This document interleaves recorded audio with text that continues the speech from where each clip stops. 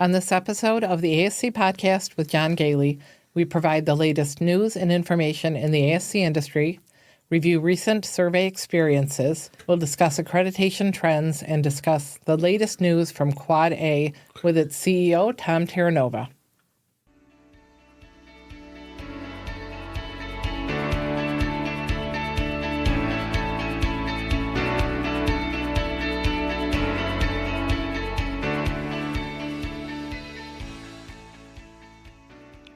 Welcome to the ASC Podcast with John Goehle, the longest-running podcast specifically focused on the freestanding ambulatory surgery industry. We would like to thank our sponsors, Surgical Information Systems, providing cutting-edge information solutions for surgery providers. Trivalence. Trivalence offers a comprehensive next-generation ASC solution that optimizes payment and supply chain performance, enabling actionable data insights. And Ambulatory Healthcare Strategies, the nation's leading regulatory and accreditation compliance resource for ambulatory surgery centers. For more information about our sponsors, please visit our website at ascpodcast.com.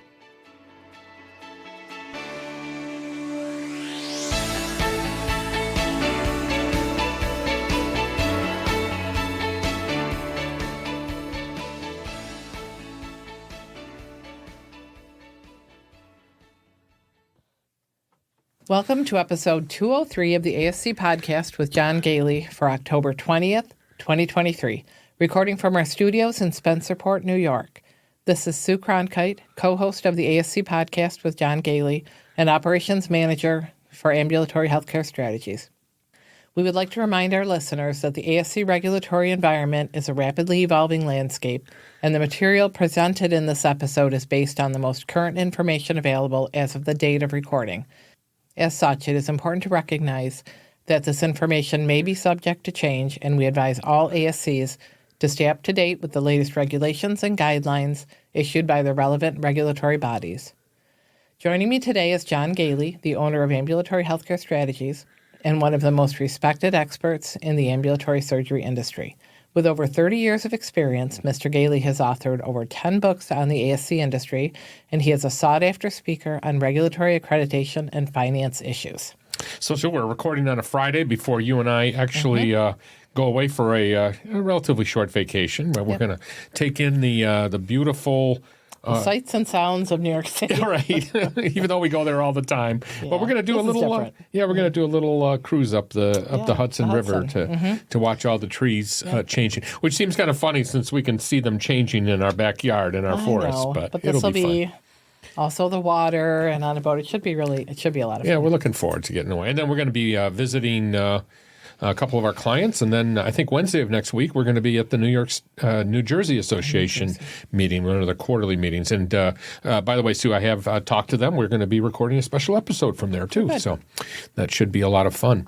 We talked a couple episodes ago about a negative survey experience, and we have had some fantastic survey experiences in the last 2 weeks. Some really great surveyors, good education being provided, and of course a lot of good outcomes. Congratulations to all of our centers that passed with no condition level citations, and they're really it just shows how people that are really committed to high quality care and to doing the right thing and to following the rules can breeze through these surveys. I don't know if they would say breeze through them, but it certainly they all got some rave comments from the surveyors. So kudos. I think after that one experience, I think we were just all kind of upset about it, and we forget that most of the time we have very good experiences. Speaking about high-quality centers, we have 5 of our ambulatory surgery centers at Ambulatory Healthcare Strategies that are on the best ASCs list from Newsweek. Now, we have to be very careful here because the rankings are based upon recommendations from medical professionals and then self-submission of information. As a result, there are many excellent facilities that did not go through that process.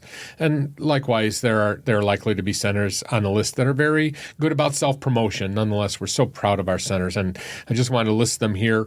Gramercy Surgery Center, Gramercy Surgery Center, Queens, Manhattan Reproductive Surgery Center, Worcester Ambulatory Surgery Center in Ohio, and Dutchess Ambulatory Surgical Center. And hopefully I didn't leave anybody out there. So there's 450 on that list. So it was something that took me a little bit of time to go through. But congratulations to all of those top-ranked centers.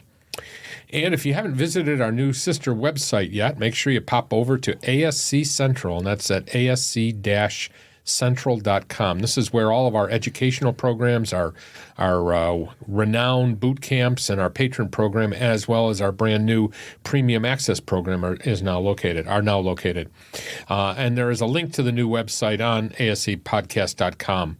And over the next few weeks, we'll be cleaning up that ASC Podcast website to make it look a little less cluttered as we move all of the conference and membership programs over to ASC Central. Sue, you and I engaged a consultant to help us to figure out how to better do these websites. And his first comment at looking at ASC Podcast is, wow, that's a lot of information on one page.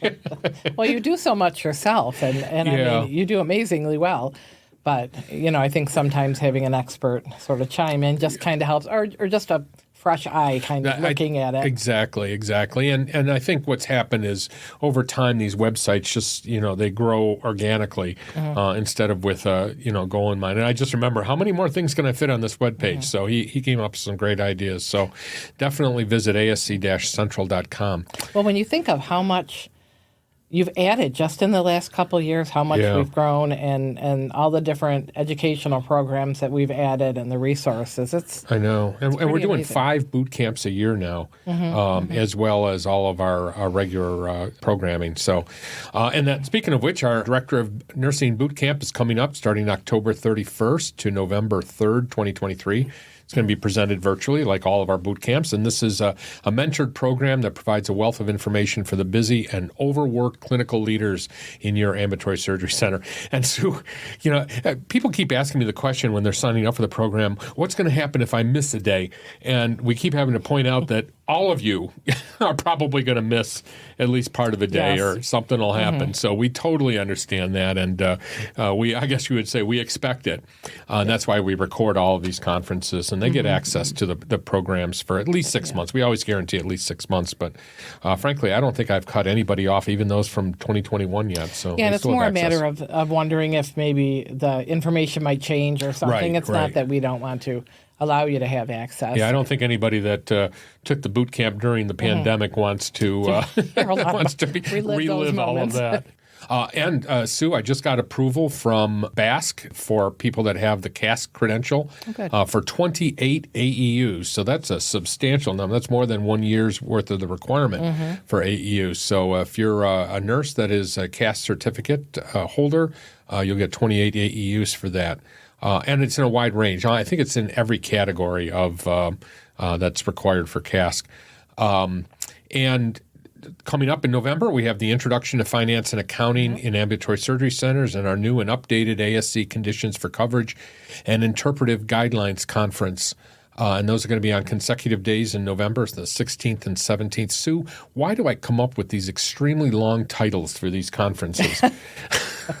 Just want people to know what they're getting. That's right, exactly. We already have record-breaking attendance for the conferences, and while I don't think we're going to sell out the 1,000 slots that we have, it's sure to be quite an interactive conference experience for both of those conferences with that many people.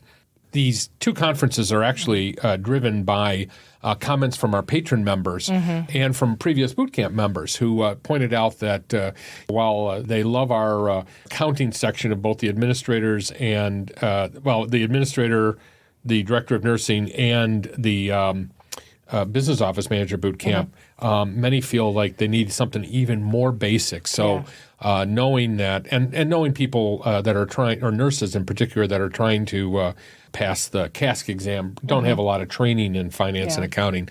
This course is designed for you, or really anybody that wants to know more about finance. So it's a great opportunity to learn the basics there over 8 hours. And Sue, like all of our conferences, they're going to be entertaining. We always have Rosie. Rosie, as a matter of fact, is sitting right next to us now. She is our English Cream Golden Retriever, for those that don't know all about her. So she'll probably make an appearance, and we'll probably have some puppy pictures because we Okay. It's hard we're to not call going to them have puppies. They're not but puppies anymore. We'll have pictures from when they were puppies, yes. but pictures None coming yet. So we'll just have those randomly pop up, probably at the most stressful times. Yes. When we've just introduced a lot of Don't difficult worry, here's information. puppies. And likewise, no one ever presents a full day course on the conditions for coverage. And yes, it is hard to make that entertaining, but I think we do.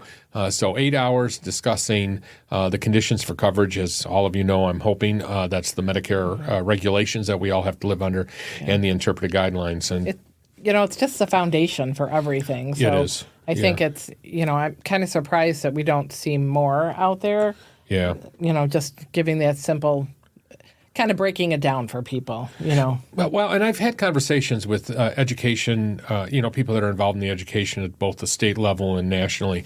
And the comment is, well, first of all, they have such limited time. Nobody can really afford to put on a full day conference like we can virtually. And and then the other thing is that, there is, there aren't a lot of people that can talk the basics, not to. I'm kind of a basic guy, so no, I think... but having that deep knowledge because of being a surveyor and just having been in it for so long. Yeah, thanks a lot. Notice that, so long. But you too have. So, when you go to conferences, somebody might be able to give you, go in depth into one of the sections. But really, you can give the whole gamut of everything. Yeah, and to that end, too, we're going to be re-recording our credentialing conference. We're actually going to rename it Credentialing and Peer Review. I don't know if it's going to be 2 days. Right now it's looking about 12 hours or a day and a half. Might be 2 days, and that's going to be in January. We haven't announced it yet because I'm still trying to get some things settled, but we'll be announcing that soon. And for those that can't wait, if you're a patron member of the podcast, you get access to that conference for free, the 2021 version of it. And don't forget, both of those November conferences, each of them have 8 AEUs each for people that are CASC certified. So, Sue, you were visiting our friends over at ASCQuality.org and found a lot of great information the other day. I did. We use this usually for benchmarking, but I realized when I was looking a little bit deeper into their site, they have some really good resources and toolkits for hand hygiene, safe injection, endoscope reprocessing, fall prevention, and a few other areas. And those, it's like I clicked into one section and then there's more to go into in that section. So I really didn't even get through it all. But they have assessments, they've got educational materials for staff and providers, and things that you can help to educate your patients. They've got survey tips, like here's what the surveyors are going to be looking for sections, posters, competencies, like with the hand hygiene. There were several different posters. So, you could kind of switch them up so people don't just get blind to what they're seeing every single day. And just a lot of other items. So if you find these tools on the ASC Quality Collaboration site under Advancing ASC Quality, ASC Tips. And we'll provide a link to that that valuable resource, and we'll make sure we include it in our Patron website, too, for... Actually, we'll probably make a more direct one in there just to be able to break them down between the different things. There's a lot of information there. You showed me that. Yeah, it's a lot of information and could be very helpful. And we have some updated news, of course, as we always do. So I just wanted to give an update on USP 800, what the requirements are. The update to the DEA reporting of theft or significant losses of controlled substances. Now, in the final rule, which was effective June 24th, 2023, DEA registrants will be required to submit all DEA 106 forms electronically. Those are the what you report the theft or significant losses on that form. The electronic submission must be completed within 45 days after the discovery of the loss or theft. And the rule does not change the requirement to preliminarily notify the DEA Field Division Office within 1 business day of the discovery of the loss or theft. So if you have any questions with reporting, you can call the DEA Help Center at 800-887-9539. So really the main difference is you have to fill out that form electronically. They will not accept any paper forms anymore, and that you have 45 days to completely fill that out. So that's good. It sounds like we're finally moving to an electronic version. So I know there are some people that still like the paper, but this certainly makes the process a lot easier. And in October's Outpatient Surgery magazine, there was an article about reducing SSIs through nasal decolonization. So Kimberly Candray, who is the infection prevention manager at Northwest Medical Center in Tucson, Arizona, noticed that they had an increase in infections. And when she checked into it, she found that the patients were very resistant to using the povidone iodine swabs, those orange staining things. Yeah. They didn't like that it was messy. And they also said that it sometimes kind of burned their noses. So they decided to switch to an alcohol-based nasal antiseptic, which they applied to the patient's nares within an hour of surgery. The patients were much more accepting, and the center also saved a significant amount of money by buying a less expensive product. More importantly, they had a very significant drop in the number of infections, which obviously results in happier, healthier patients and more cost savings because you're not treating those infections. So it's just something to, possibly take a look at if you're noticing your patients are resistant to that. Right. So Sue, we know we got a memo from AAAC, and it's been validated by a couple other accrediting organizations that the accrediting organizations have been notified by CMS in a memo that they're no longer allowed to do things like provide blackout dates or provide notification at like 7 o'clock in the morning, which I think is the Joint Commission's way of doing things. Yeah. So these surveys have to be totally unannounced. There's no pre-planning, vacations and things like that. There's a lot of, we've had quite a bit of feedback from our clients that they're kind of upset about this, but I'm sorry that it's not the accrediting organizations that's doing that. This is coming right from CMS that doesn't want any indication that a survey is going to be coming. And I understand their point about the facilities always being survey ready. I mean, they don't want you to say, well, we don't have enough people on staff to, you have to always be prepared. But it's also been brought up that, what if they're maybe not doing cases on certain days? They know that they're open Monday, Wednesday, and Friday, but Wednesdays they rarely have cases. If you can't ask to have those days, or you're going to be, closed for a holiday that, like a Jewish holiday. Still say, because the surveyors will show up and they won't be able to conduct a full survey. So either they're going to miss, seeing a procedure, which really cuts into the quality of the survey, or nobody will be there at all. They're going to have to come back, and then does the center get charged for that? So there are some concerns about this. Well, and what we have heard from the accrediting organizations is the most important thing is that if you have an unplanned day, in other words, where you cancel all of your cases, nobody will be there, notify in writing to the accreditation organization so they have that information. They might not be able to do anything about a survey that's pending, but at least that gives them that information that surveyor's not going to show up on a day that there's just not going to be anybody there at all. Yeah. So obviously we've been talking a lot today about accreditation. And there's a lot going on in the accreditation industry right now. Accreditation has become very competitive. I recently asked an audience in Illinois during a presentation on survey trends, how many people were considering changing their accrediting organization. And Sue, I was shocked to see about a third of the audience raise their hands. And we know from our own experience with some of our clients that have had, survey experiences that have been less than favorable, not because of bad outcomes. Our clients really don't have that, but because of surveyors that they felt weren't terribly friendly or not very consultative or educational.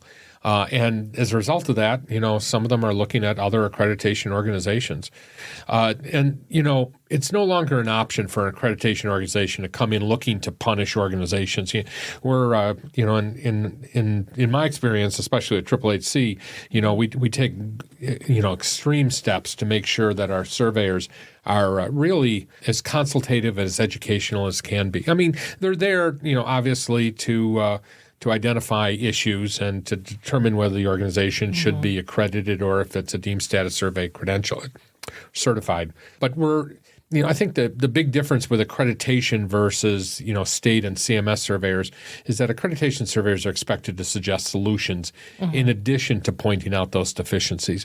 And we know from our experience with state surveyors, they're really not allowed to do that. And I think that's the big advantage of having an accreditation organization in there, is that they're not just pointing out the problem, but they're helping you to resolve them, or even just making friendly suggestions. Many things that occur or many comments that are made during an accreditation survey never show up in the final report. They're just say, hey, did you ever think about doing things differently? Well, the point is to improve patient care. So if you just go in and criticize and don't give any suggestions unless it is a dangerous center. Obviously, then you're just shutting it down. But otherwise, what is the point of not helping the place to improve? That's right. And, when I'm a surveyor, and, I've been a surveyor for over 20 years off and on, and, I always try to be consultative. And there's been times, Sue, when I've gone in and, unfortunately it has been a difficult survey.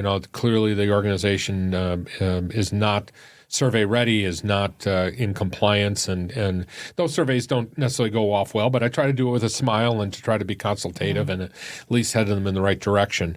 But it's a competitive environment now, and we really, we talked recently about a poor survey experience with unprofessional surveyors who were not collaborative.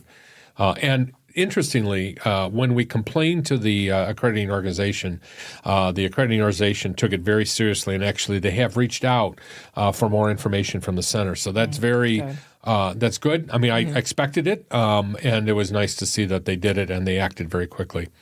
So I'm going to be doing a number of presentations over the next year about the evolving trends in accreditation. I think we're going to include a session in our June 2024 multi-state conference. Don't forget to sign up for that as soon as I make it available.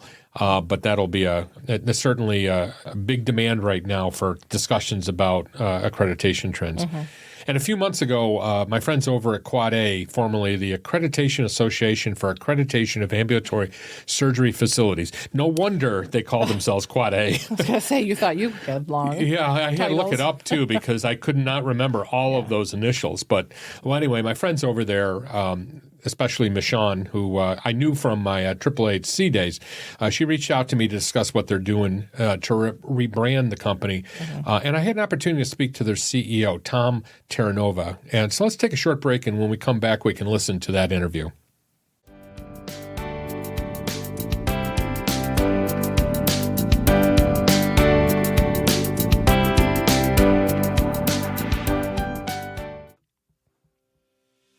As a leader in the ambulatory surgery industry, you already know that the ASC Podcast with John Goehle is your ultimate free resource for staying updated with the latest news and information while ensuring your organization maintains regulatory and accreditation compliance. But did you know that we have 2 membership programs on our partner website, ASC-Central, that can take your organization to the next level? For just $25 a month, our Patron Program will unlock a host of amazing benefits. Enjoy regular Zoom meetings with our hosts and special guests, access to recorded conferences like our credentialing seminar, Conditions for Coverage Conference, Medical Director Conference, and our most recent 2-day multi-state conference. The Patron Program also offers a comprehensive database of policies, forms, drills, example minutes, and other invaluable resources to optimize your center's operations. For those centers that want even more, our new ASC-Central Premium Access Plan offers a variety of online services to its members. The benefits include access to a wide range of services, including all of the benefits of the Patron Program, unlimited access to our popular bootcamps, the ASC Industry's most comprehensive training for ASC leadership. Members can attend any number of the ASC Administrator Bootcamps and ASC Director of Nursing Bootcamps and can listen to the recordings throughout their membership. It also includes unlimited access to the industry's most comprehensive infection control training, designed for infection control coordinators and those that wish to take the Certified Ambulatory Surgery Center Infection Preventionist exam. And the program also includes up to 5 hours of private consultations by Zoom. For more information about these 2 programs, visit our website at ascpodcast.com or click on the links in the show notes.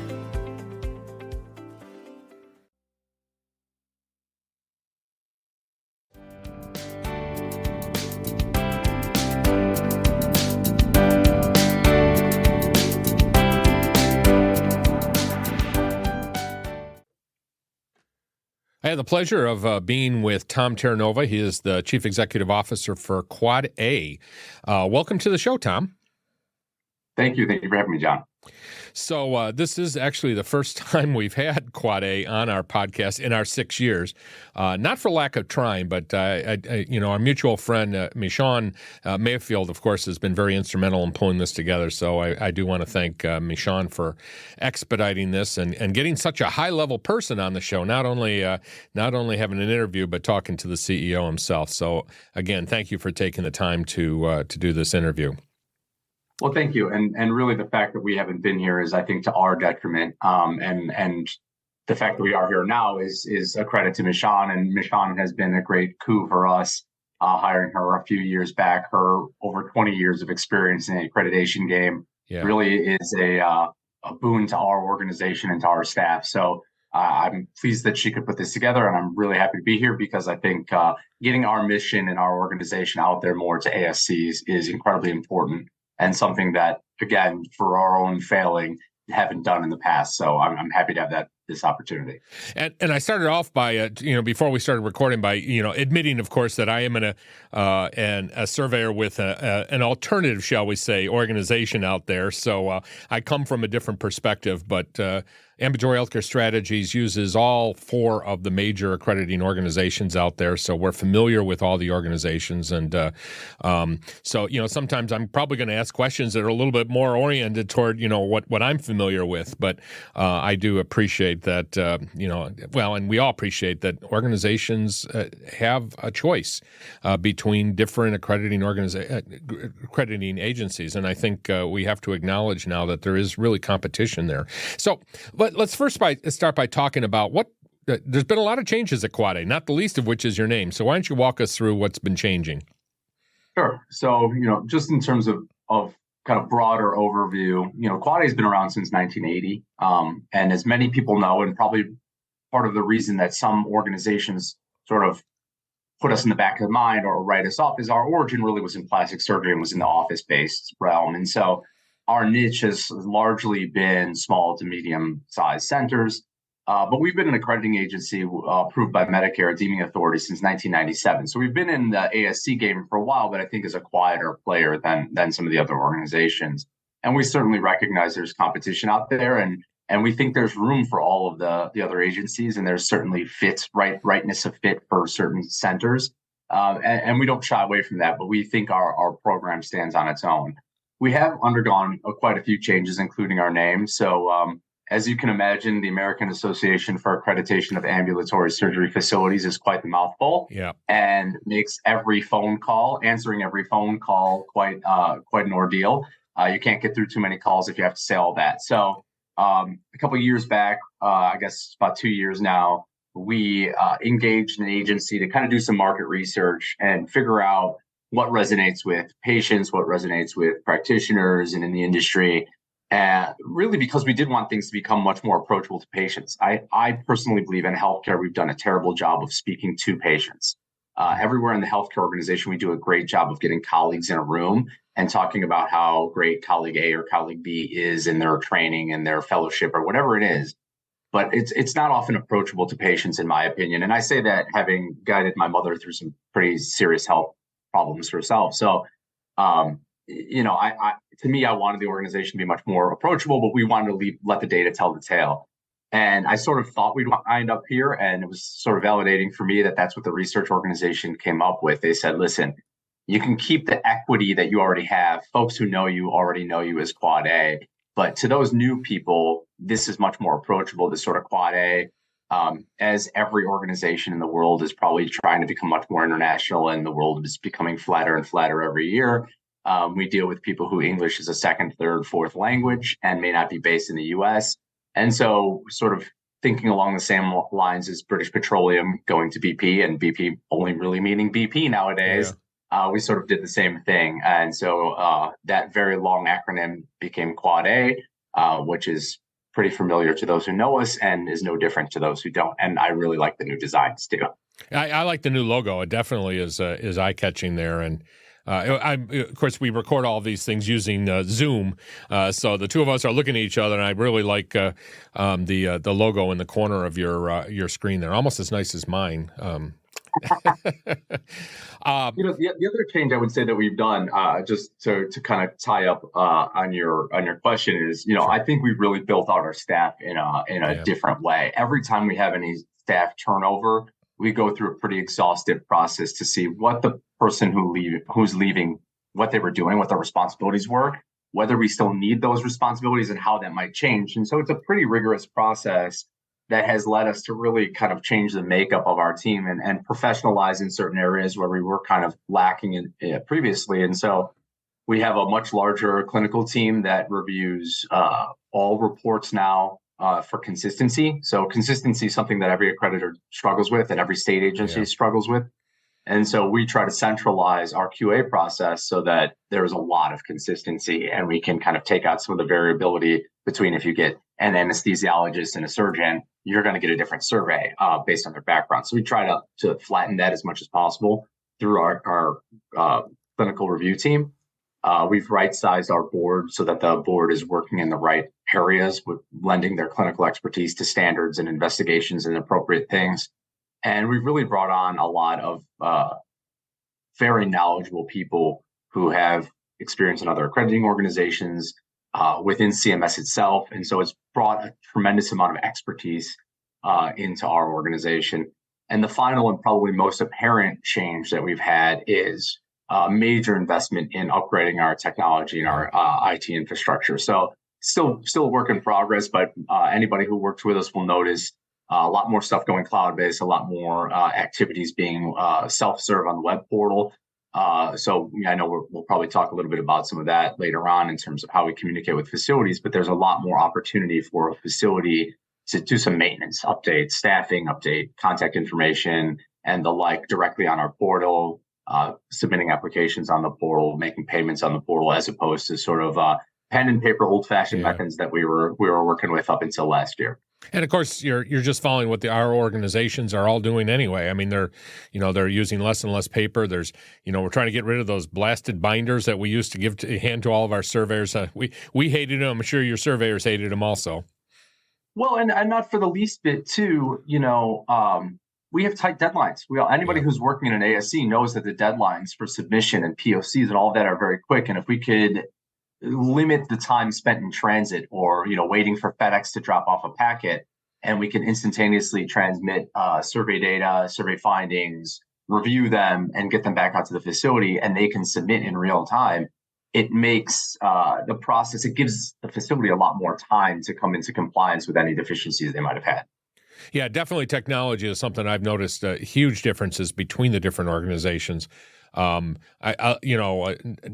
to beat on our or to talk too much about your competition, but one of the things that I really liked about Joint Commission is at the end of the survey, you just press a button and you go in and have a summary of all your findings there, which now they're temporary or they're preliminary at that point, but I think that's the way all of us are probably heading. All the accrediting organizations are heading. So technology is a really big deal.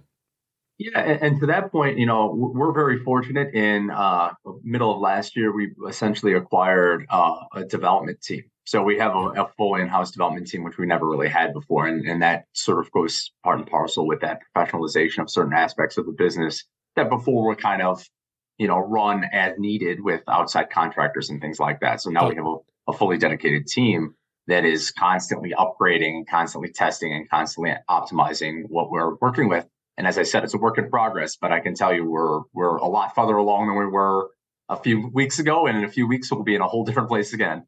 Well, that's an interesting point. Is that I don't know. I can't say I know too much about the IT structure of many of the organizations, but so you have your own in-house development team, which means you're able to change things a lot quicker, I'm assuming. We would hope. Obviously these are very complex dependencies, True. So it obviously takes time to test and things like that. But the good news is that we don't have to compete with other clients. Right. If we're using an outside contractor, we have folks that are working essentially around the clock to make sure that we're upgrading and optimizing, or even little things like dealing with data issues. If something gets a little bit squirrely in the back end and a record just isn't appearing the way it should, there's someone at the other end of the phone that we can contact that can go inside under, behind the curtain and fix it. Oh, beautiful. Well, as I led, with this, ASCs do have a choice in the accrediting organizations, of course, and that competition is really increasing dramatically, and we're showing, we were just talking about, you were at a conference recently. I just came from Ohio.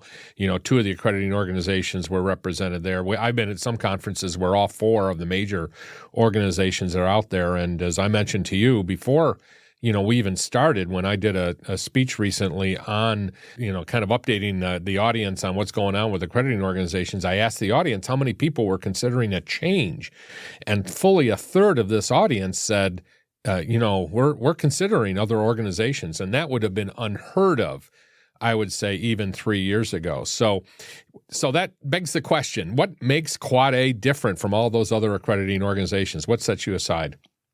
I think from the program standpoint, there's four major distinguishing factors that I often point to.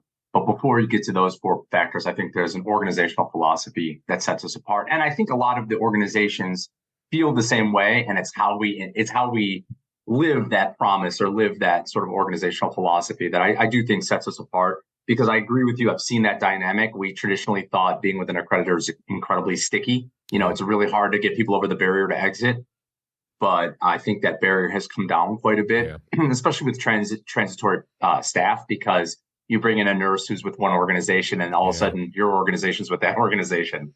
But I think our organization, we used to say, when you call a real live person answers the phone, we can't quite say that anymore because we have direct dial. So, you do get, sometimes you do get the little automated system, but our office is always staffed and always there. And I think, that's really the key, is that there's someone there who cares and who's going to help you. We try to be reasonable. We try to get back to everybody within 2 days. Really, we try to do it that day, but the reality is the reality that we're serving thousands of centers.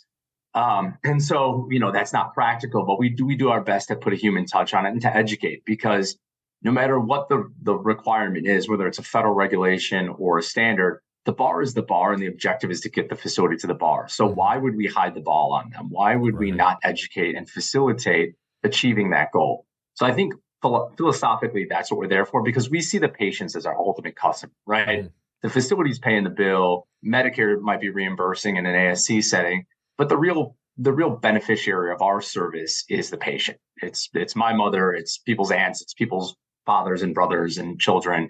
And the idea there is that we're working to benefit them. And so it doesn't benefit that patient to just sort of say, you're deficient. Yeah. And then when the facility is looking to you for help, say, we can't help you, you're deficient, and just let them kind of flounder. So I think that's philosophically where we are.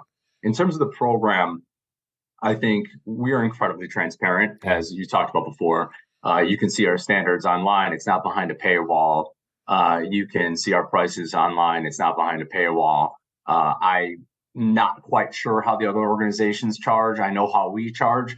And it might be changing a little bit just to match the market as to how we calculate. But the guarantee I can make is that it will always be transparent. Mm-hmm. Anybody can go online and look and see exactly what they'll pay before they have to pay it. I think that's a key. But from a programmatic standpoint, our differentiators are fourfold. We have a 100% compliance mandate. We're the only organization, to my knowledge, that has that. And so one of that sounds tough. It sounds hard, and it probably takes a little bit more dedication. But the point is, in my opinion, that sets the facility up for long-term success. Every other organization that I know of, including Medicare, accepts a plan of correction in order to confer accreditation. Well, it's easy to put in a plan in a meeting, and then it's really easy to get busy and then have that plan not come to full fruition, because we've all done it. We do it too.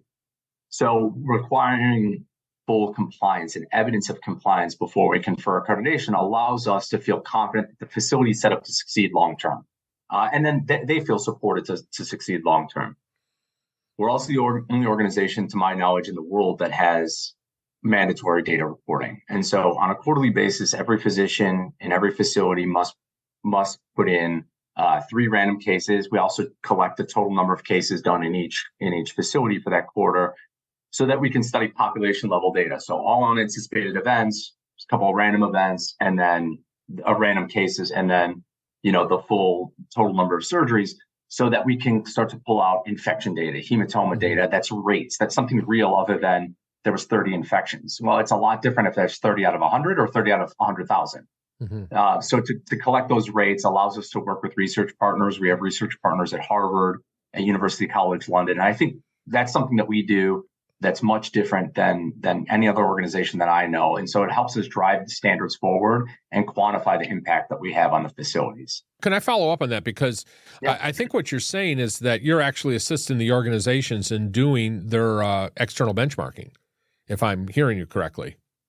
In some ways, yes. I mean, we're doing this from a population level and not on an individualized facility level. But in my mind, that could sort of helps you with the smell test, right? Right. One of the really great studies that came out from our Harvard partners a couple of years ago, and spoiler alert, they're working on an update right now, is that they found that when DVT or VTE or pulmonary emboli occur, when those have occurred, all of the appropriate screening methods weren't done, or they weren't done properly. And so we're still able to quantify that here's a gap. And so even if we're not singling out a specific facility, we can sort of publish these papers and raise a level of awareness that allows a facility director or nursing director or quality assurance officer to go back to the facility and say, I want to really look at our, VTE prophylaxis and VTE screening protocols to make sure that we're being diligent, because here's a way to really avoid a risk that is the leading cause of death. When there is a death, it's most likely going to be, VTE or DVT. So, from that respect, yes, we don't sort of give everybody their own grade and report card, which would be great, but would also be terrifying, right, for facilities. Well, but they have access to this information, and otherwise, often they would have to pay for it from some other source, or it might not be as relevant to them because it's not a population of ambulatory surgery centers, for example. Exactly, and these all wind up going into peer-reviewed journals. I think we had one article go into the British Journal and reconstructive surgery, and the Harvard folks kind of publish all over wherever they can get it. But that I think that's really powerful. Yeah. And then the last two quickly pieces that we have are that we require board certification or eligibility in the specialty you're practicing in. Most people are going to have that or try to maintain that, but we think that that's a really important factor to keep away from scope creep. So again, between 100% compliance mandate, requiring evidence for corrections, the mandatory data reporting, and the board certification process, I feel confident in saying when someone transparently looks at our standards, our prices, they know they're getting extraordinary value for their money, as we're a nonprofit, so we're not really looking to make a windfall. And they also feel that it's a strong program. I feel very confident. I know the other organizations do a great job as well, but I feel very confident in our program and know the strength of the program and how accessible it is. But it does take work. It's not easy just because it might be simple and clear. Yeah. So you mentioned earlier the consistency of surveys. I mean, that is a big topic of conversation. We have a Patron program, and many of the members of our Patron program get together on Saturday mornings to talk about what's going on. And I would say among that, as well as among the clients of ambulatory healthcare strategy, the biggest complaint that we have with surveys is the lack of consistency of the surveyors are out there. So you talked about that in the beginning. Can you talk a little bit more about that? And, what is your pool of surveyors? Who do you pull upon for surveyors? Yeah, so the surveyor, it is a peer-based process, which I think most of the organizations are. So in our world, that means that a surgeon or a nurse or an anesthesia provider is going to be performing the surveys. And usually it's a team of multiple of those. Mm-hmm. And so, they're all folks who work in ambulatory settings. So they're very familiar with the settings. They go through training with us. And we work them through a QA process relatively consistently. And so we have, I think it's quarterly check-ins on essentially satisfaction reviews and even statistics, right? Many years ago, we found folks were kind of speeding up the process and maybe going a little too quick where they weren't quite being as thorough as they should have been. And so we have a few metrics that are not automatic triggers in any way or another, but if all of a sudden we see that a surveyor is falling below these metrics or multiple of these metrics, we then collect more data to do a more thorough deep dive review into their surveyor conduct. We also will have collegial intervention with senior surveyors. We'll have additional walk-alongs and mentorship if somebody's kind of struggling in an area. And sort of they sort of get their own report card as to how they're performing as a surveyor and how facilities see their performance. Now, there's always a fine line to walk there, because if you're citing a bunch of folks, they're unlikely to be very happy with you. And so sometimes the surveyors who do a great job get the lowest satisfaction scores. Right. But the other thing that we've implemented in the last 2 years, which I think is really powerful, is we've done regular surveyor calls. And our surveyor calls, I think they're quarterly at this point. They're about an hour or 90 minutes. They're recorded so that people can watch them asynchronously. And what we have is people doing shared learnings. We conduct surveys and look at the responses. And a lot of times it's testing questions of testing fact patterns against, or you see this in a survey, what would you do? Would you cite it? Would you not? We see what the answers are, and then we talk about it because, obviously we're testing the ones that are finer detailed calls and that we suspect the surveyors are going to get wrong, so that it gives us an opportunity to educate. And so I think that helps a lot. The other effort is that we've really relied on volunteer surveyors a lot in the past. And that leads to infrequent survey, which even with the best of intentions is not always, the best quality. And so we're transitioning now into a more professionalized cadre of surveyors where we're bringing folks on at, essentially quarter time, half time, and full time. And we're bringing on a mix of contracted surveyors who we still want practicing in the ambulatory environment because we don't want them losing touch with what it's like to be a practitioner. Right. But then they're performing much more regular surveys to up the quality, to shrink the pool a little bit so that we have, kind of a better ability to speak to them, because it's a lot easier to speak to 65 people than 650 people. Yeah. So you alluded to this earlier, Tom. What is the process for ongoing communication with your accredited organizations? Given that, as you mentioned, you're one of the primary ways we communicate with our accrediting organizations, of course, is through the computer. But kind of walk us through maybe where you are right now, and of course, I'm assuming changes are coming too. Where you intend to be with regard to this ongoing communication, because that really is one of those differentiating elements for you. Yeah, well, so first of all, I think what you said there was perfectly appropriate. Changes are coming. I think it's always safe to assume changes are coming. I think for any ASCs out there listening, assume changes are always coming, whether it's a new standard or a revision to a practice or some change in the process or our communication style. Things are always evolving, and I think it's a good thing for healthcare in general.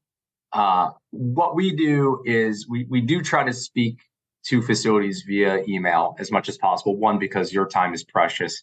And two, it's just really hard to catch people on the phone nowadays and to communicate with busy doctors and busy nurses. We know there's worker shortages.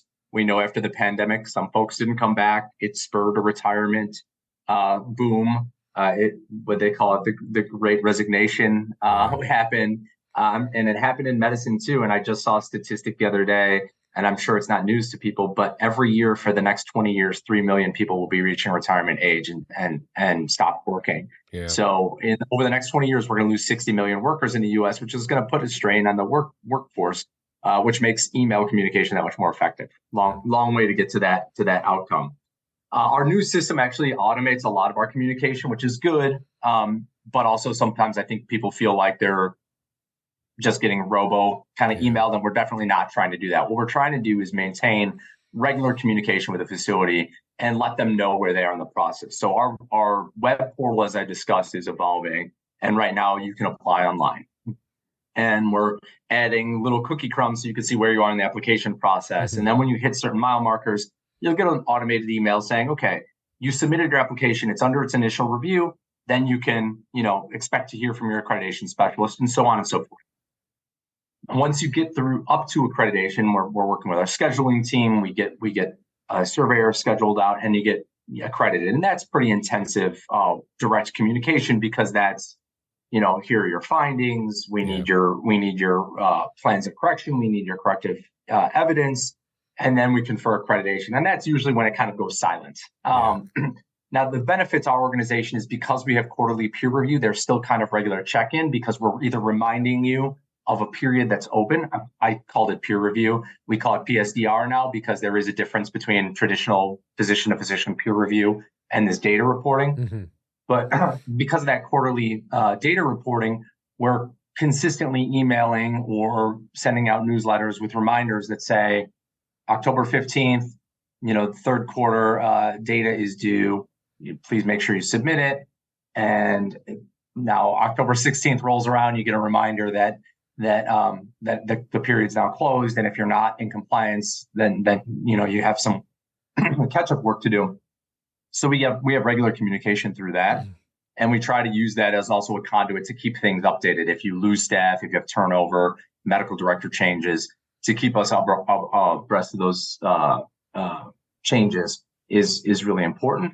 And then we actually start the process of communication for renewals about 6 months early, because by the time we jockey around with documents and things like that, we want to make sure that we never have an ASC that goes beyond its expiration date, because that's a big red flag for Medicare, both for the facility and for us. And we don't want our report card going down either. So we start about 6 months prior so that we can work through that process and still have a big enough window to provide an unannounced survey prior to expiration.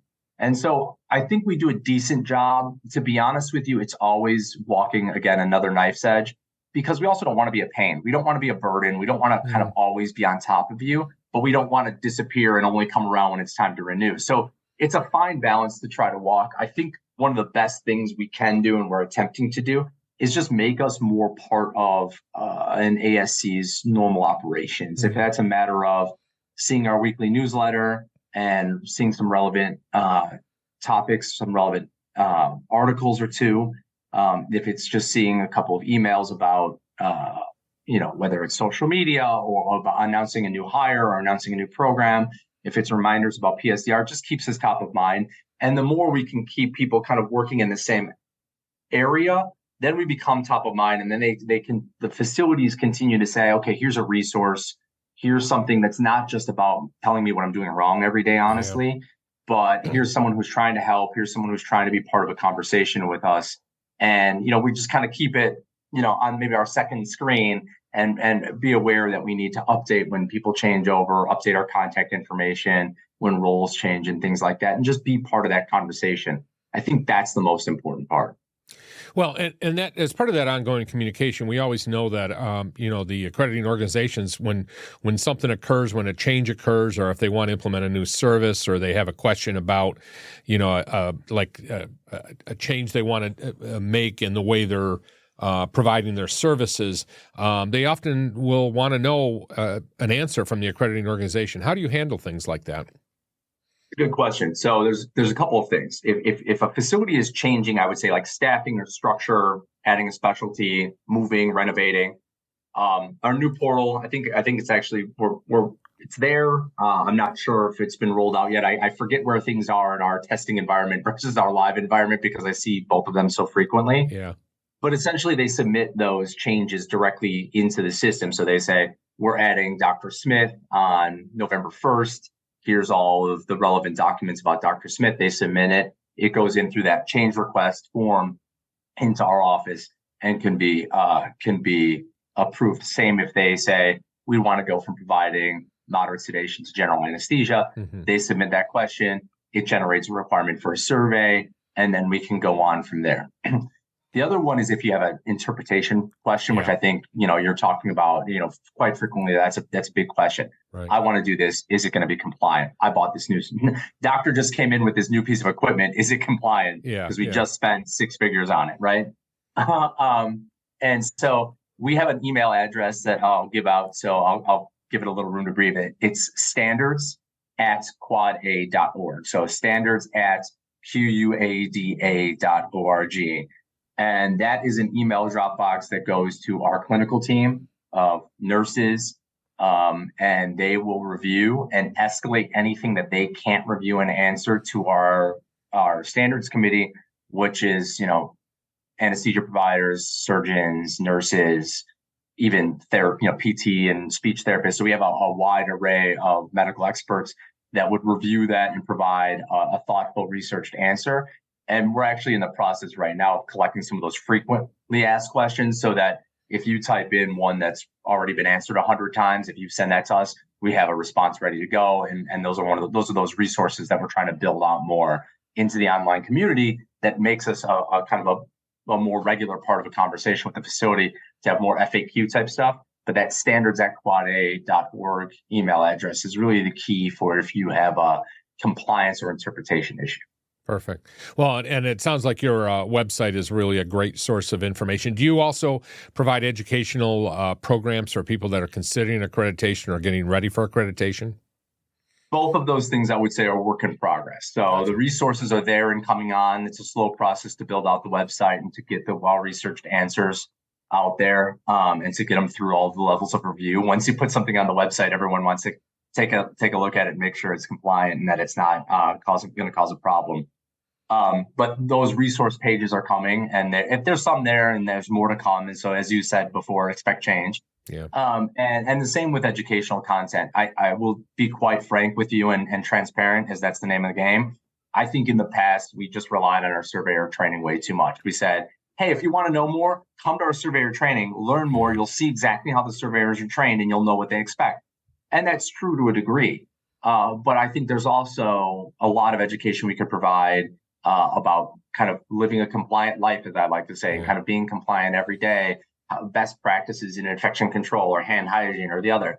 So that's one of my big, it's the bee in my bonnet right now for next year is to create a much more robust educational program that is available to accredited facilities so that they can improve and increase the capacity of new staff or existing staff as they go through retrainings with more information that isn't really directly technically relevant to compliance, but is relevant to your practice and improving your practice, that has a downstream effect of making you more compliant on a daily basis. Perfect. And I did want to also point out that Michonne, our mutual contact here that's helped expedite this, she and I have been talking about making sure that we maintain a good line of communication between Quad A and the podcast so that we can announce any educational opportunities, any changes that are relevant. And we have those contacts with other accrediting organizations, and it's time that we develop a better line of communication there, and that certainly will happen. And I appreciate Michonne's help in that. Yeah, absolutely. As you can tell, I'm a chatterbox. You've known Michonne probably as longer than I have, so you know that she is just the same. Yeah. So I don't think we'd ever be short for words for you if you ever have any questions or if there are any seismic changes that we want to cover. I appreciate that. And just an FYI, I think you know this, Tom, and certainly Michonne does, that we are working on developing a session in our multi-state conference in June of 2024 that's going to bring all of the accrediting organizations together. So we're very excited about the planning's already starting on that, and more to come. But that's going to be another opportunity to hear from all the accrediting organizations, including Quad A, about the benefits and the differences and the changes coming down the pike. Tom, thank you so much for your time today. I appreciate it. Thank you. I really appreciate you having me. And I can't wait to be more out in front of the ASC community because, as I said before, we've been in it since 97, but I think we were sort of only knee deep. And I think it's time for us to take the plunge and really be part of the community. So I appreciate the opportunity to really be in front of your audience today. Thank you.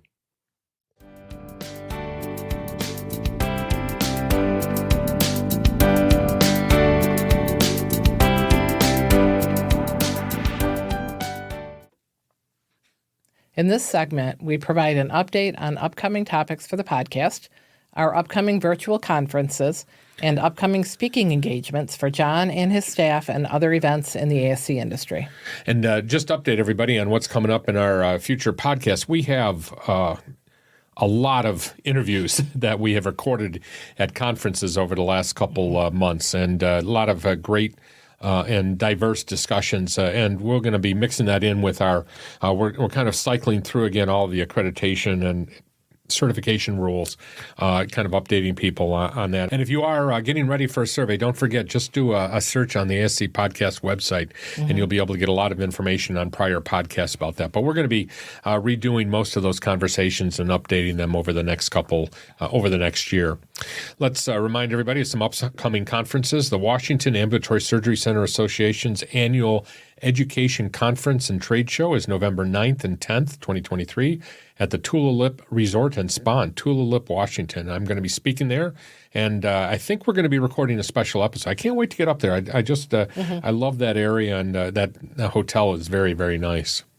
And the Introduction to Finance and Accounting for Ambulatory Surgery Centers is November 16th, 2023, live virtual, and on demand after that date, as we had mentioned earlier. That's right. For more information, visit ASC-Central.com. And on the next day, the ASC Conditions for Coverage and Interpreted Guidelines Conference is going to be November 17th.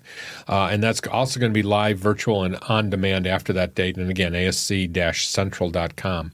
And ASCA 2024 will be at the Gaylord Palms Resort and Convention Center in Orlando, Florida on April 17th through the 20th, 2024. And the Georgia Society of ASCs and the South Carolina ASC Association's joint semi-annual conference and trade show is going to be February 22nd, 23rd, 2024 in Atlanta, Georgia, and then another one at the Westin Atlanta Perimeter North on August 15th and 16th, 2024. And that's going to be in Hilton Head at the Marriott Hilton Head Resort and Spa.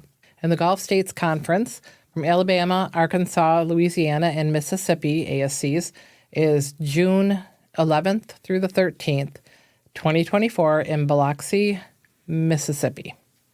And the Florida Society of Ambulatory Surgery Centers Quality and Risk Management Conference is April 4th through 5th, 2024 in Daytona Beach, Florida, and that at the Hilton Oceanfront Resort. And their annual conference and trade show is July 17th through the 19th, 2024 in Orlando, Florida at the Signia by Hilton Orlando Bonnet Creek. And the Tennessee Ambulatory Surgery Center Association's conference is September 12th and 13th, 2024 in Chattanooga, Tennessee, and at the Chattanoogan.